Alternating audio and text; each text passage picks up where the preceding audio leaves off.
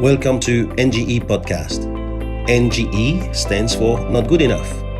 We're going to share with you, topic by topic, the ramification of NGE and how to deal with certain circumstances.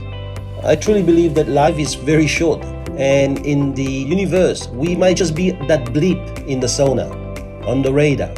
We might as well make sure that we are a blip that matters. Enjoy. Hi, Thomas. Hi, everyone. Hi, how you doing? You good?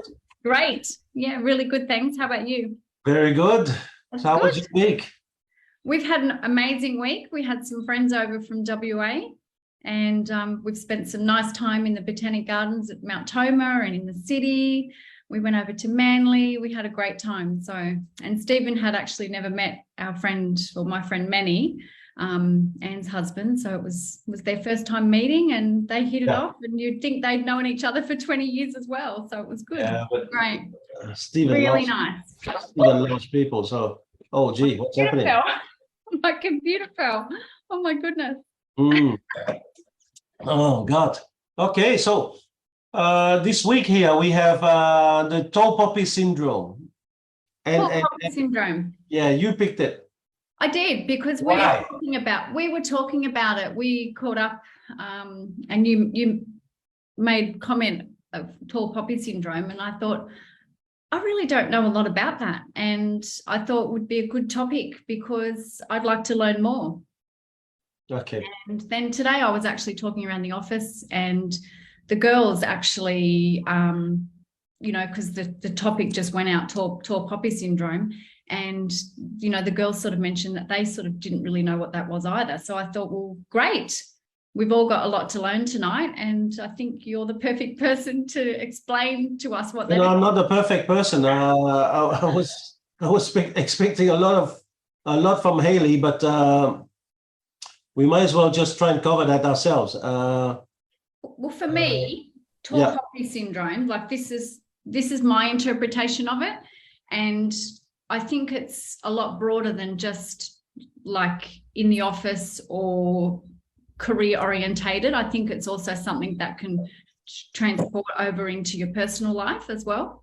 For me, I think it's when someone criticizes you or sabotages the situation, holds back in celebrating your wins.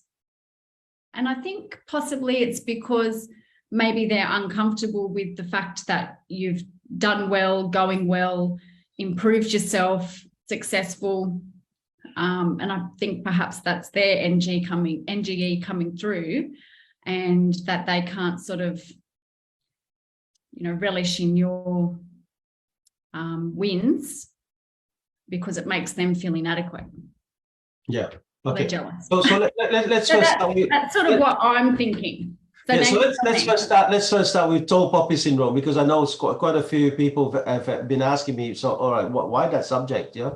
So the tall poppy syndrome is when someone feels diminished because of someone's success. So the person that's feeling diminished, that is the person that hasn't had the success. So it's the onlooker, the friend, the colleague. It's the person that feels diminished isn't the person that's had the win. Is that right? The person who feels, diminished? Yeah. Is the person who's now seeking a win. Yes. And because they're seeking a win now, what they do is that they go out there to find weakness in the person who's been doing okay or well. And they only have one aim, and the aim is to chop them down. Hence, we call it tall poppy syndrome, right? So it's not really a psychological thing. It's just a social thing, right? So there's nothing psychological here, but it's quite linked to NGE. And so that's when we, either out of envy or jealousy or insecurity, we go out and we just focus all our energy in chopping them down, in really trying to look for a reason as to why that person shouldn't be put on that pedestal. And I think that that's the tall poppy syndrome. And I believe that while it is probably something worthwhile, there's a lot in Australia, there's a lot in New Zealand, and there's a fair amount in some countries. But for example, it's not in America, for example. Okay. In America, a person sees someone driving past in a Ferrari, he will go and ask that person, what did you do to get that? Yeah, so the mindset's very different, where the Aussie battler, if you will, so the Australian has got more that tendency of, I would celebrate you if you're a battler. I would celebrate you because you're not doing that well and you're struggling. I like that. Yeah. Right. I find it really hard to sort of understand and relate to that, because I think it all comes back to being happy and content within yourself. I think if you see someone like that's, going ahead leaps and bounds, they've got heaps of things that they can celebrate in their life, or, really successful in their career, I think you need to look at that person and go, well, what they're doing? Like, if you feel inadequate or envious or jealous of that person who's having the success, I think you need to look at the situation and go, well, what is it that they've done to be like that? And then learn from them and follow their footsteps or take advice from them to improve yourself. I think if you're sort of happy and content with where you're at and where you want to go, you can sort of see that person having the success and work towards that and be happy for them, celebrate, and then work towards that if that's what you want for yourself. Yeah, but that's mainly because of what you've gone through your life and how you've done it. But the word still exists. I mean, I understand it. It's stemming from a book, but it's something that a lot of people do. So we still have to try and help people come across like this. Yeah. And understand it. So first of all, and here's my question: do you find that there's more tall poppy syndrome happening among women or among men? I'm not sure, because I really don't know what men have experienced tall poppy. You'll have to tell me. But I do think it is live amongst ladies. Like, I do think that. And I think social media has probably got a lot to do with it as well. Social media seems to come up on every single topic that we have, but I really do believe that people see things on social media and they go, oh, just look at them doing this or whatever. So yeah, I think it is live amongst women. And I think also it's the absence of support. One of the girls mentioned to me today that they didn't really know that if someone was sort of talking behind their back, but they felt the absence of support from a particular person. And I think when they've sort of gone into a new situation and had success, the absence of support is sort of in alignment with the absence of celebration. So yes, it is live amongst women. Okay. Yeah. I personally would probably say that it's higher among women than among men. Mm-hmm.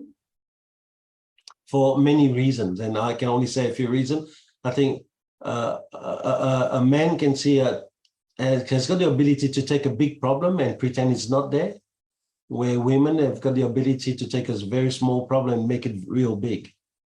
And so also combine it with the tendency, with the thousands of years where women have been all about security and family and making sure the household is right, where men's gone out there and looking great in a whole lot. What happened is that men have developed that ability to know, if I didn't make it today, tomorrow is a better day. I might just get that hunt or kill that animal, have a kill tomorrow. Where women are really around their security.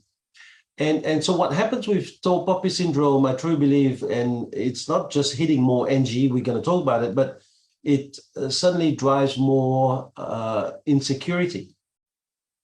And once you have insecurity, you now have to make sense in order to explain your self-worth as to why you're okay and why the other person's got it wrong.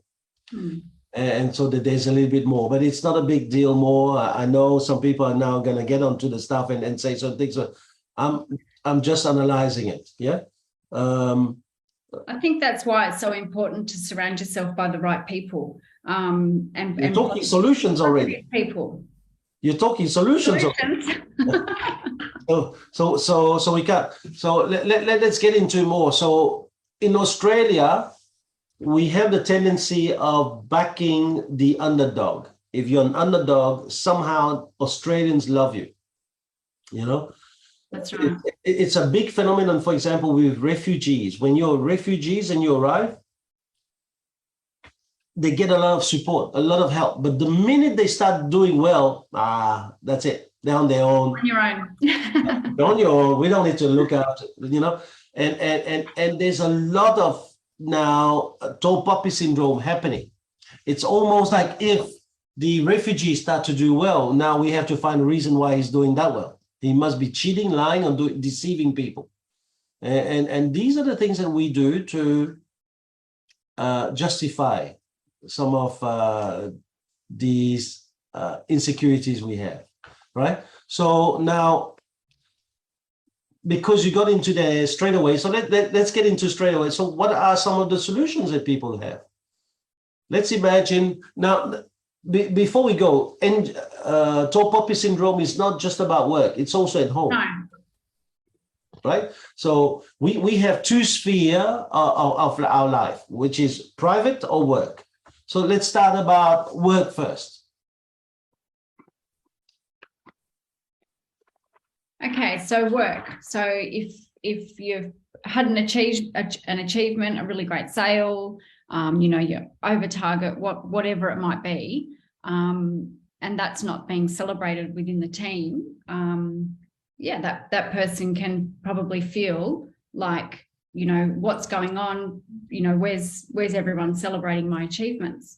Yeah, I think it's important that you don't have that culture within your team. You all need to be supportive and celebrate each other's wins, and, you know, recognize the hard work that's gone in to get there. Yeah.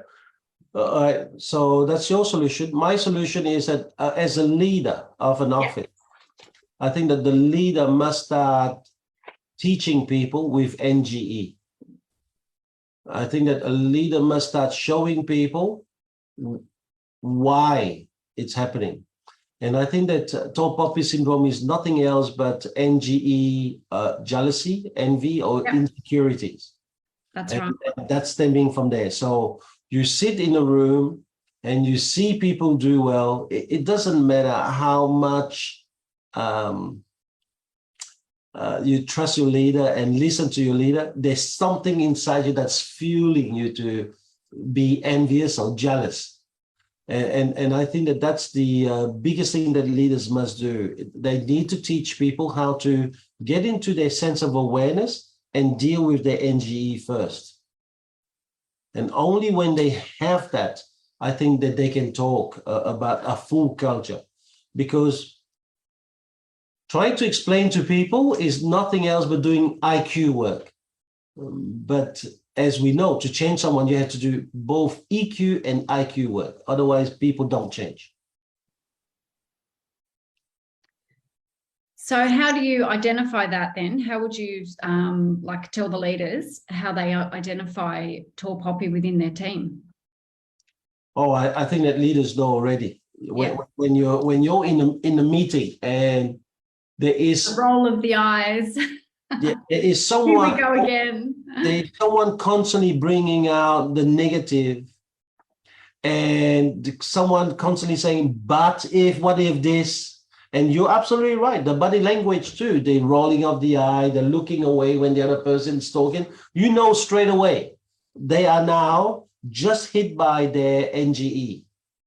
And then the biggest thing that you need to do is that you have, as a leader, you have to identify, hold on, are they rolling the eye right at the moment when I said that line or when I gave a compliment to this person?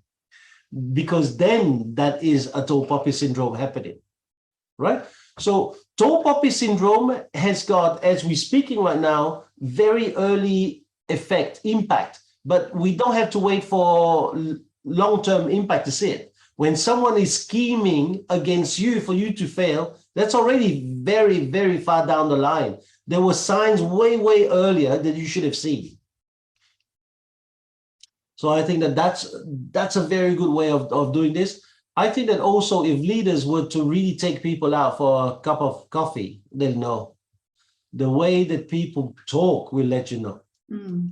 When someone around a coffee and they starting to put the other team members down, you know already the direction they're going to go. Yeah. So you know already that tall poppy syndrome is going to happen there. When people sit down with you and they talk things up all the time, and did you see what Lisa's done? I'm so happy about this and blah, blah. Now, that is in general already a very positive sign. But you can't just see it as it is.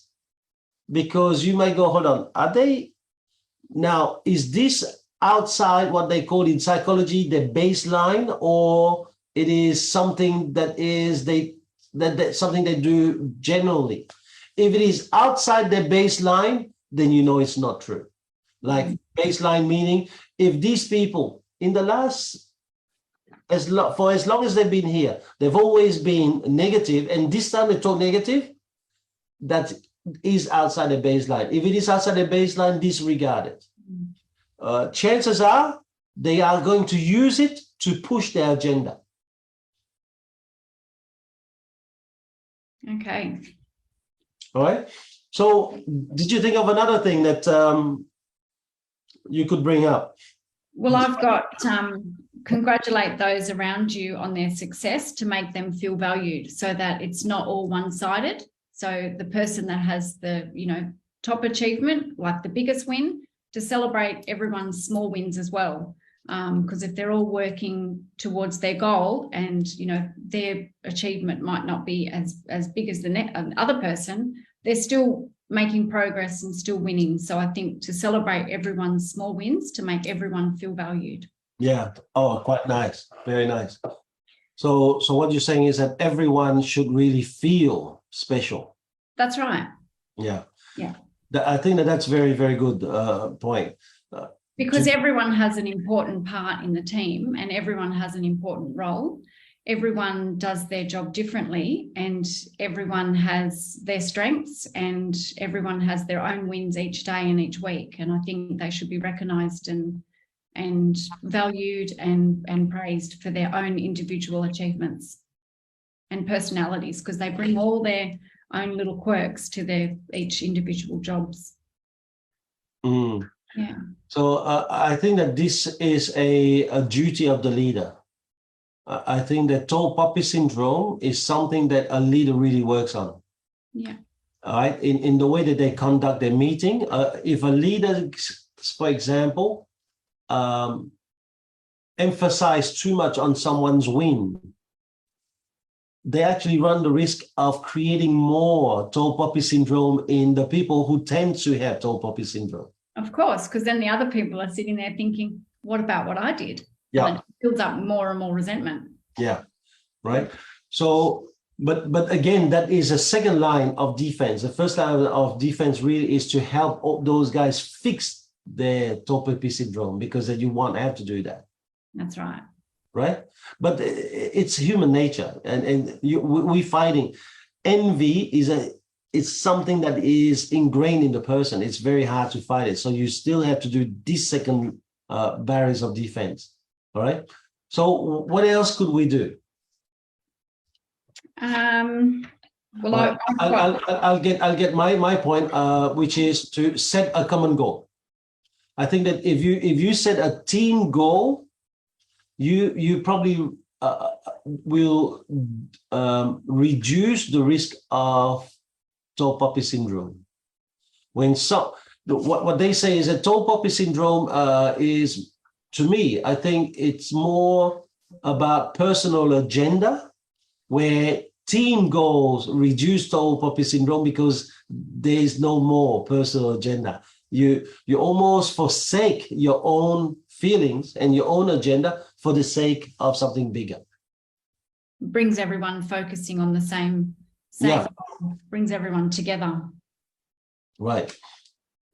And because that's what you don't want to create. You don't want fear of criticism stopping people from achieving, you know, and from celebrating their own wins because they think they're going to be criticized by others for their achievement. Yeah. Yeah. So you should be proud of your achievements. I think also another thing that people could do is to set personal goals. So what I try to do too, very much in my teams is that when someone has got, I set individual goals, because the minute that you have individual goals, now it feels like I'm talking against what I just said, but it's not, because when someone's got their own goals, yes, part of them is going to be looking at their goal. Mm. And do you realize, you see how often when someone has moved forward in something that inspires them so much, they tend to just be okay with celebrating the other person's success. But sometimes I think also like they're not necessarily wanting, like they may not be wanting to go into that direction. They may just be wanting the limelight and the attention that they're getting from their celebration. So they may not necessarily want to achieve the same thing as that person. They just want the attention from the celebration. So that's a little bit of jealousy stepping in, you know? Can you say it again? Am I confusing you? You just lost me. I'm not fast enough. No, I think the person that's criticizing or sabotaging, you know, they may not even want the same thing that that person has achieved. They just want the limelight. They're just jealous that that person is in the limelight. Yeah. You know, so I think that's where it comes back to your goals. If you know what it is you want and work towards your own goals as well as the team goals, you won't be as jealous and unsettled when you see somebody else achieving and getting the limelight, because you know what you're focused on and where you're going. Yeah, it's all about being content with your own path. Yeah. And listen, I keep on going back to the same thing. Unless people really fix their NGE, everything else is secondary. Yeah. I see, for example, leaders who make like millions. I see guys who make like profits and money like I can only wish. When I first started the organization, I could dream that for them. But still, it's not enough for them. Still, when someone seems to have something going good for them, they have to focus on them and cut them down. Mm-hmm. And that tells me it doesn't matter how much you have. Tall poppy syndrome still happens. What you have to do is to really deal with something really at the source of your issue, right? So I've seen, for example, guys who make zillions of dollars, but then they will demand from their salesperson, I'm paying you this much and you have to do this. Why? Because they're too scared now to see that that salesperson is going to do that well and earn way more than he should be.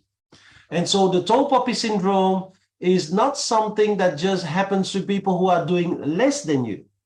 Tall poppy syndrome happens to people who are earning sometimes way more than you. I don't understand that, because don't you want success for everyone? If the team's more successful, like as a whole, everyone's more successful.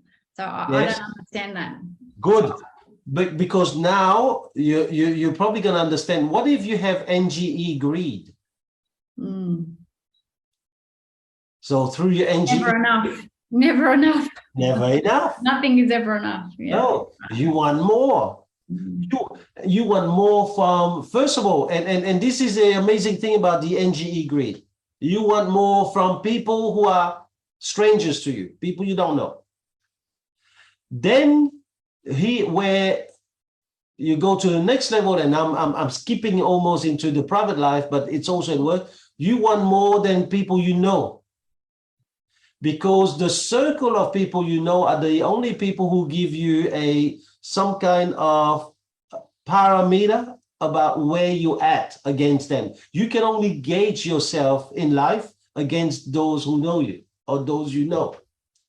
Right? You can't gauge yourself against someone in India for the moment that you don't know, might be doing way more than you, but it doesn't matter. It doesn't affect you. But the minute that you know that one person and they do better than you, now it can affect you. Yes. And then the NGE greed goes to the next level when you go against the people you know in your entourage. You now go against your family. This is when I see people who actually have got a lot, seem to do very well, but they now will want to do anything they can to see their family do worse than them. Because if their family does worse than they do, they look like the hero in the family. Mm-hmm. They feel so much better. NGE greed, remember, is about taking love, respect from any source you can. And if you're not satisfied, like a drug addict, if you're not satisfied anymore from the amount of NGE love or respect you get from strangers, the people around you, what do? You do it from the people who are right next to you. Oh, that all sounds like a lot of hard work, doesn't it, Thomas? No, it's not, because once a leader knows that they can do this, but tall poppy syndrome, you won't stop. This is I mean living like that. Imagine living like that. Like, how exhausting would that be? Always searching for more, like, and never just being happy and content. To live like that, I think, would be exhausting and draining, to always be chasing and not to be able to be content. That's what I think would be exhausting. Yeah, but that's because you're speaking from your own mind. For those guys that actually get that rush of adrenaline, they get their dopamine shot every single time that they win. Winning over their loved one is now fantastic. And you know where it goes further? So I believe you do first to strangers, then you do that to people you know, tall poppy syndrome wise. Then you do it to your family, brothers and sisters. And then the ultimate, you do it against your children. That's when I see people who will sometimes sabotage the life of their children so that they can feel better, so they can do better. The minute that they feel or hear their children do better than them, they will somehow have that kind of hope that it's not going to last. And I see it all the time. It's not a matter of being positive now and think it doesn't happen. It's really a matter of understanding the process. Once they've done it, they will do that. And this is where we now go into the personal sphere. In the personal sphere, tall poppy syndrome happens between wife and husbands. So I just spoke about the children, but then your brothers, and then the friends in your entourage, then the strangers. But now this is the ultimate, almost, is when you do tall poppy syndrome against your wife, against your husband. This is when you see in couples people who have to feel better and have to do whatever they can to derail the success of their loved ones, their partner. That's sad, isn't it? It's sad because they're not working on their ultimate issue, and the ultimate issue is NGE. That's right. Why are they doing that? Yes, why are they doing that? I was speaking to a leader about 2 days ago, and the leader was saying to me, I appreciate you told us about the NGE, and I can see how much trauma you've had in your life and what you've gone through, and hence you have overcome that and you have understood NGE, but I have no trauma. So I sort of laughed, but then after a few questions, we found out that that leader was loved by his mother, was veneered and admired by his siblings. And so you don't need trauma to do NGE. That leader had learned from a very young age that respect is the number one thing I need to have. And so from that on, have a look at how it trickles. He goes into I go into his family life. I know straight away, as long as his partner respects him, he's happy. The minute that she doesn't, we're going to have problems, right? Family can no longer be value number one, because if any family members disrespect him, now that means it's not right. So again, tall poppy syndrome will happen, because I don't care you do well as long as you then respect me, right? But then it goes into workplace, and in the workplace, he employs people not for what that person can do for them, but for how much that person respects them, right? So it goes from no trauma whatsoever to a level where tall poppy syndrome starts to happen. And this is why I like to see people can sit down and really think for themselves. When they see someone successful, what is their number one thing? What is the thing that they do with themselves first? Ask them about how they got there, or say, oh, well, he must have lied. He must have stolen from someone. He must have robbed someone. Or it's just all luck. Yeah. Well, that's good. No, I've made some notes today, so that's good. So let's get into the thing, because we're here, the two of us. Why did you come up with that? Because I thought it was very interesting. Tall poppy syndrome. Yeah. Because we were talking about, what were we talking about? I think we're at Chris's party, and we were talking about team, and you were just saying that it's something that we need to, watch within the team and work with the people, and that's why I wanted to know more about it, because I didn't know a lot about tall poppy until we were talking about it. So because I thought it's probably something that I feel, I mean, I'm sure Stephen's sort of aware of it more professionally and in his career, but for me, I could probably relate to it more personally, like through my life.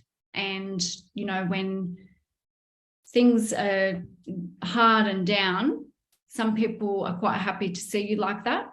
And as you take control of your life, you make changes in your life, you've managed to turn things more positive and keep working on yourself, keep moving forward, keep improving, like little by little steps, but still making progress. People don't always like that. And so that was how I could relate to tall poppy.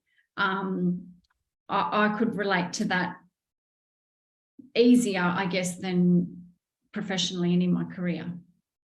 Okay. Yeah. So that's sort of how I was aware of it. So for me to kind of think how to be aware of it in the office and amongst the team, it was kind of like, well, a bit more daunting. And it's like, well, what is it that I keep an eye out for, and how do I recognize it? Yeah. So I probably see that in my life, and also I just did a podcast, and it was really touching how the way that people saw me before they read the book versus now to how they're reading the book about me. So before they read the book about me, they thought I was arrogant, maybe confident and unbreakable and all these things. And part of them almost wanted to see me break. That's tall poppy syndrome. I mean, those who didn't, well, it's fine, but I would say the big chunk would. And then after they read the book and they realized, hold on, no, this guy's no different to us. They had the same pain, or some actually worse.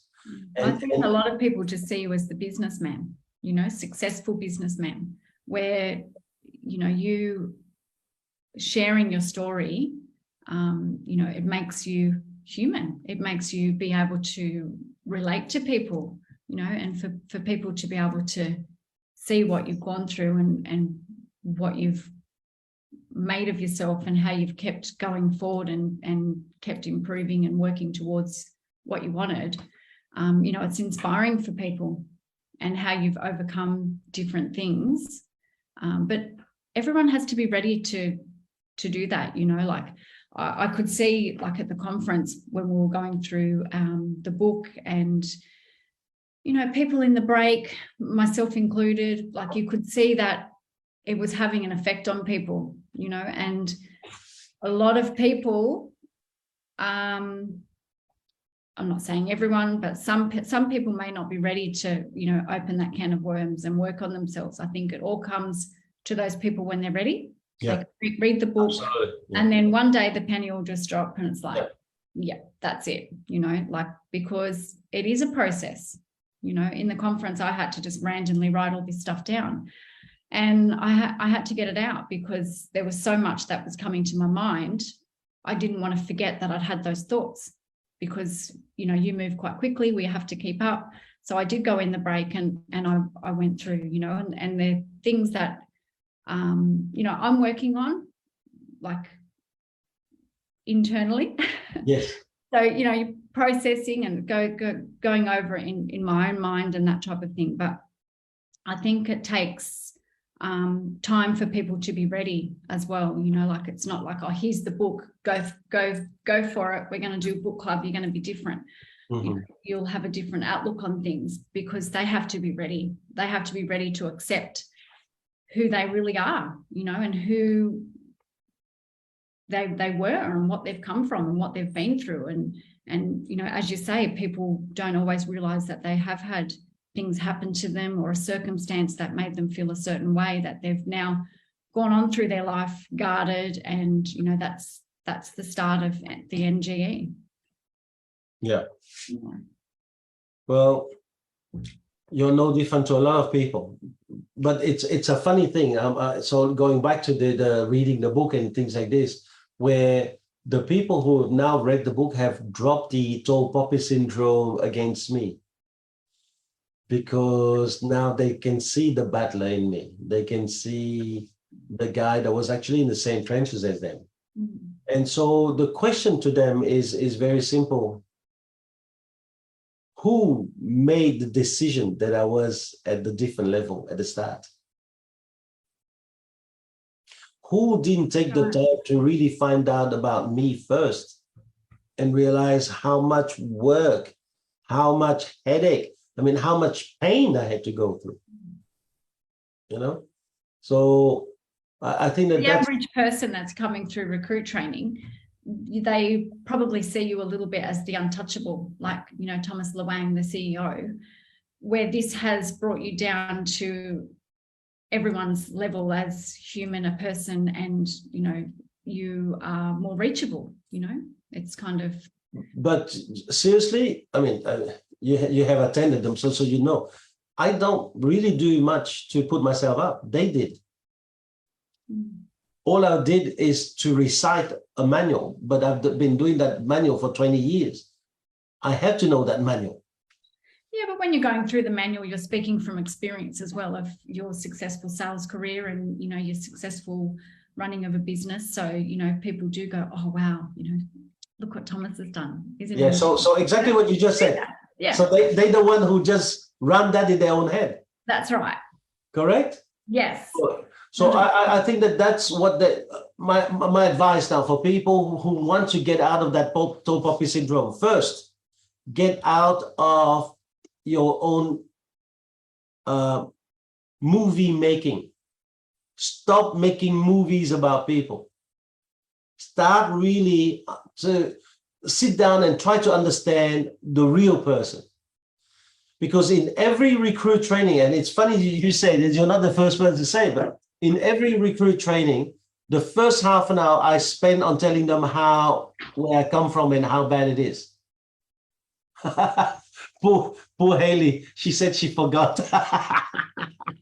Not too late, Haley. We're waiting for you. Poor. Listen, it's hard when your mother to it's It's a busy time. to young kids. It's so hard. I get it. Haley, don't worry. We holding the fort here for you. We've got you, girl. So, but I think that's what it is. I was actually really interested in seeing Haley's point because she's a psychologist. So I'm sure she'd be coming up with a lot of things about envy and jealousy, because those are really insecurity, because those are really syndrome. It's funny we call tall poppy syndrome when it's not a syndrome.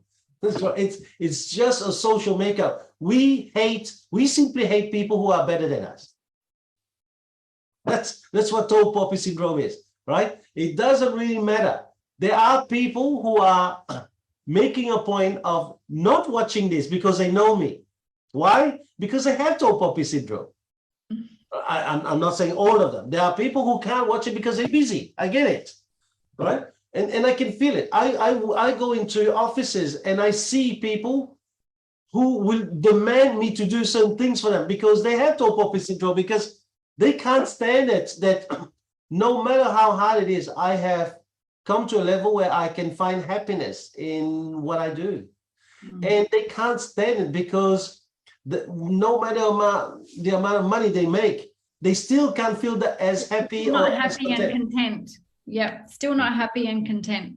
And you're right, until they go back and work on their NGE and learn to be happy and content with their lives and satisfied with what they've got, it will continue. Yeah. Right.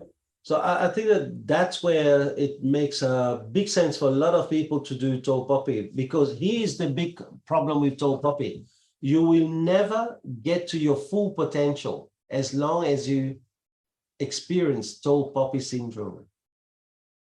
If you are when you say if you're experiencing tall poppy syndrome, you're the person that's criticizing and doing the sabotaging and feeling inadequacy. Yeah, yes. I just wanted to clarify that because there's confusion today about. Yeah, I truly believe that one of the biggest reasons why people feel bad about others' success is their own prerogative. That's their own reason.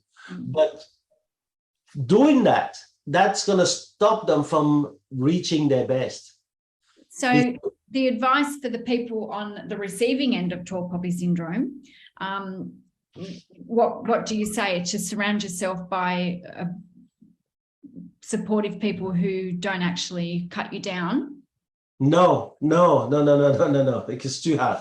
I think that if you had a tall poppy syndrome, if you are a victim, or if you're the person who's going to get, still work on your NGE, because once you work on your NGE, you will cut yourself off the external factors to bring you down. And it doesn't really matter. I always say when you walk out in bad weather, it's going to rain. You can't escape the rain, but you can stop from being wet. You can refrain from being wet. So either you have an umbrella, you have jackets, all of that stuff. So what you need to do is to learn. If it is to be, it's up to me. I must learn to not allow tall poppy syndrome to affect me. That's right. You got to look at whose opinion you value and why. Because letting that person affect you. If you are on the receiving end, if you go back and look at why it's affecting you and whose opinion you're valuing, then that because you can't stop it. Think about this. I said earlier that tall poppy syndrome can happen actually from loved ones. That is the third level, right? Loved ones, which means to you right now, Lisa, in your entourage, there are people who want to see you fail. Because they have not worked on their NGE. Just as much as in my entourage, there are people who can't wait to see me fall and fail. That's part of the tall poppy syndrome. So if you are going to spend your life looking for an entourage that doesn't think like that, good luck. you're probably going to be very lonely. Yeah, good luck. Right? So that one happened. What you have to do is to find that umbrella. Yeah. What you have to do is to develop that strength that is within. So the tall poppy syndrome or not, it doesn't affect you.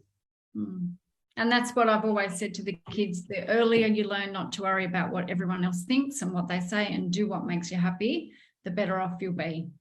Yeah. Yeah. I tell my kids something else.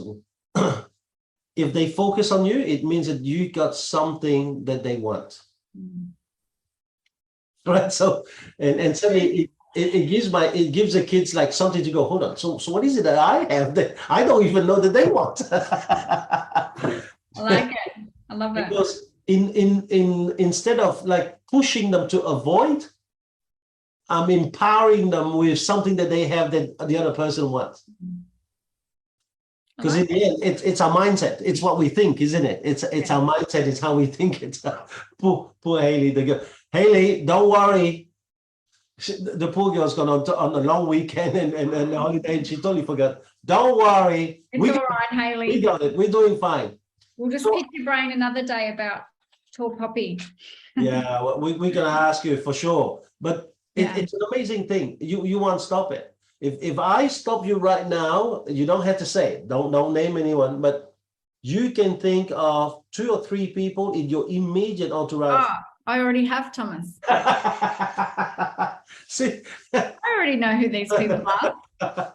So do you see how tall poppy syndrome happens more in our entourage and outside? And we try to look at strangers. Stop it. It's not there. I have seen people so close to me, and I know. I look at them and I go, I know. You love to see me stumble. Right? But you love to see me fail. But I've read the book. So those of you who've got to push about tall poppy syndrome, don't protect yourself. Keep going. Fail, but there's a book that you need to read. It's by John Maxwell. It's called Fail Forward. Just fail forward. Fail forward. Okay. Yeah, by John Maxwell. Because the people who are watching you with tall poppy syndrome, they actually take less actions than you. And the one thing I've realized a long time ago, I am not immune to failures. The amount of things that I've done, that really, for me, in my own books, have failed. But if I did 1,000 of those, I have to win somewhere. That's right. Right? Yeah. So even if I had a 99% failure rate, if I did 100, I have to get that one success. Isn't it? Right, just keep going. That's right. Keep So going. don't worry about tall poppy syndrome. Keep running your show. It's good. Right? Oh, well, I think, well, I don't know. I think I've spoken a lot. I'll be getting messages. I'll be getting messages very soon about like, shut up, Thomas, let her talk. No, I think I've covered all my notes as well. The one thing that I did see when I was doing a little bit of research in relation to the office and your team is to create a path for the high achievers. So for the people that want to achieve, like sit down and make a path for them and make a plan of where they can go so that they can see that they can do it too. Right. I think that you're going back to work. So back to work, yeah. I think that was in my work notes, yeah. As a leader, if you want to avoid tall poppy syndrome, because this is what happens with a lot of leaders for the moment. They seem to do well. They seem to have a good life. So people get jealous and they think that they can hurt the leaders by leaving, by making threats and all these kind of stuff. I think that what leaders need to really embrace is that that line that says, if you want to get what you want, which is Zig Ziglar saying it, you have to help people get what they want. Mm. So every one of our employees, everyone who works around us, have got some dreams and aspiration that they want to have. If we don't help them get there, tall poppy syndrome will happen for sure, unless they have worked on their NGE. Mm. But if we do help them and we go alongside them and we do our bit to get them there, people who are a bit sensible will realize that, hold on, I can't just punish the guy who's been in the trenches with me. Yeah, they'll realize that, you know, the leader's got their best interest at heart. Yeah. Yeah. All right. That's good. Well, that's very good. Let's close it off for today. Thanks for the one-on-one. I feel so privileged. Thanks, No, Haley. I love that. I love that. Thank you so much for your time. Have a great week. Thank you. Night. See you later. See ya. Bye-bye. Bye.